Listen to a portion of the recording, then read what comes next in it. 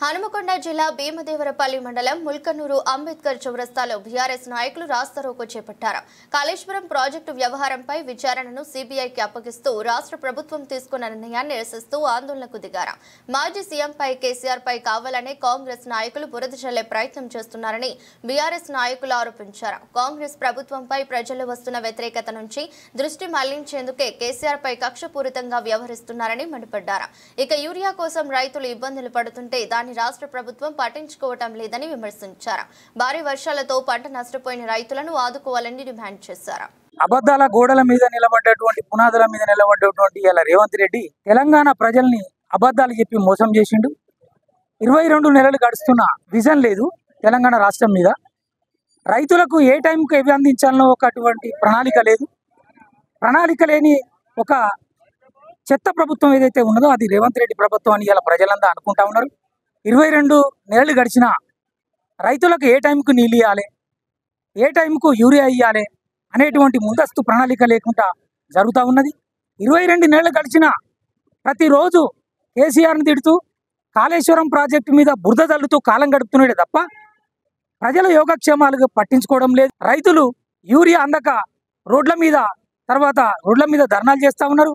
గోదాముల వెంబడి చెప్పులు పెట్టుకొని ఇవాళ రాత్రి తెల్లం దాకా పొద్దున దాకా యూరియా కోసం పడిగాపులు కాస్తా ఉన్నారు. ఒక విజన్ లేనటువంటి చెత్త ముఖ్యమంత్రి ఎవడని ఉన్నాడు అంటే ఒక రేవంత్ రెడ్డి మాత్రమే. తెలంగాణలోని రైతుల యోగక్షేమాలు ఎప్పుడో వదిలిపెట్టిండు. ఇవాళ రైతుల పొట్టగొట్టి రైతులకు నీళ్లు అందియద్దు, నీళ్లు ఆంధ్రవానికి అమ్ముకోవాలి. రేవంత్ రెడ్డి చంద్రబాబుకు తొత్తుగా వ్యవహరిస్తున్నాడు కాబట్టి రేవంత్ రెడ్డి ప్రభుత్వం చేసేటువంటి ఆగడాలకు నిరసనగా ఇవ్వాలి మేము అంబేద్కర్ చౌరస్తా ముల్కనూరు లోపల ధర్నా రాస్తారోకో చేసినాం. రేవంత్ రెడ్డి గారి ప్రభుత్వం 22 నెలలు గడిచింది. వాళ్ళు గద్దెనెక్కి ప్రజలు మార్పు కోరి రేవంత్ రెడ్డికి ఓట్లేస్తే పరిపాలన చేతగాక ఒక కాళేశ్వరం అనే ప్రాజెక్టులో 2 పిల్లర్లు క్రాకిస్తే మొత్తం కాళేశ్వరం ప్రాజెక్టే 1,00,000 కోట్ల అవినీతి జరిగిందని చెప్పి దుర్మార్గమైనటువంటి పద్ధతిలో అసెంబ్లీలో సిబిఐ కానీ ఈడీ కానీ మోడీ తొత్తులు అన్నాడు.